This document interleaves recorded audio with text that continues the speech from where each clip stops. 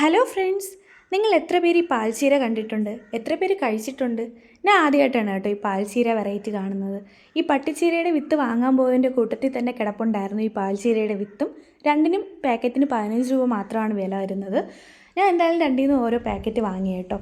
എന്തായാലും നമ്മുടെ ക്ഷമയെ പരീക്ഷിക്കാത്ത ഒരു പച്ചക്കറിയും കൂടെ ആണല്ലോ ചീര. നട്ട് കഴിഞ്ഞ് ഏകദേശം 1.5 മാസത്തിനുള്ളിൽ നമുക്ക് വിളവെടുക്കാൻ പറ്റും.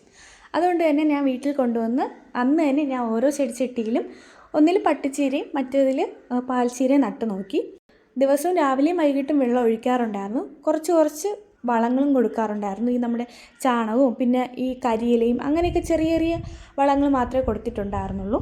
അപ്പോൾ ഇപ്പോൾ ഏകദേശം കറക്റ്റ് 1 മാസം ആയിട്ടുണ്ട്. ഇതാണ് നമ്മുടെ പട്ടിച്ചീരയുടെ അവസ്ഥ. കണ്ടോ, നല്ല ബുഷിയായിട്ട് നിൽപ്പുണ്ട്. എന്തായാലും ഞാൻ നട്ടതിൽ ഒരു 3/4% വിത്തുകളും പൊടിച്ചിട്ടുണ്ടായിരുന്നു. ഇനി പാൽച്ചീര നമുക്ക് നോക്കാം. എന്തായാലും പൊടിക്കാൻ കുറച്ച് ദിവസം എടുത്തെങ്കിലും കാണാൻ കുറച്ചുകൂടെ ഭംഗി പാൽച്ചീരയായിട്ടാണ് എനിക്ക് തോന്നിയത്. പട്ടിച്ചീരയെ പോലെ അത്ര സ്പീഡൊന്നുമില്ല കേട്ടോ വളരാനായിട്ട്, കുറച്ചുകൂടെ ലേറ്റാണ്. എന്നാലും ആ തണ്ടൊക്കെ നല്ല ഭംഗിയാണ്. നമ്മുടെ ഫോട്ടോയിൽ കാണും പോലെയല്ല, നേരിട്ട് കാണാനായിട്ട് നല്ല രസമുണ്ട്. കണ്ടോ, വെള്ള കളർ തണ്ടാണ് കേട്ടോ. അപ്പോൾ എന്തായാലും ഇതും കുറച്ച് ദിവസം കൂടെ കഴിയുമ്പോഴേക്കും മുറിക്കാൻ പാകമാവും തോന്നുന്നു. എന്തായാലും കഴിച്ചിട്ട് ഇതിൻ്റെ റിവ്യൂ ഞാൻ പറയാം. കഴിച്ചിട്ടുള്ളവർ എന്തായാലും കമൻറ്റ് ചെയ്യണം കേട്ടോ, എങ്ങനെയാണ് ഇതിൻ്റെ ടേസ്റ്റ് എന്നൊക്കെ. അപ്പോൾ വരും വീഡിയോസിൽ ബാക്കി പച്ചക്കറികളുടെ വിശേഷങ്ങളുമായി ഉടനെ എത്താം. അതുവരേക്കും ബൈ ബൈ.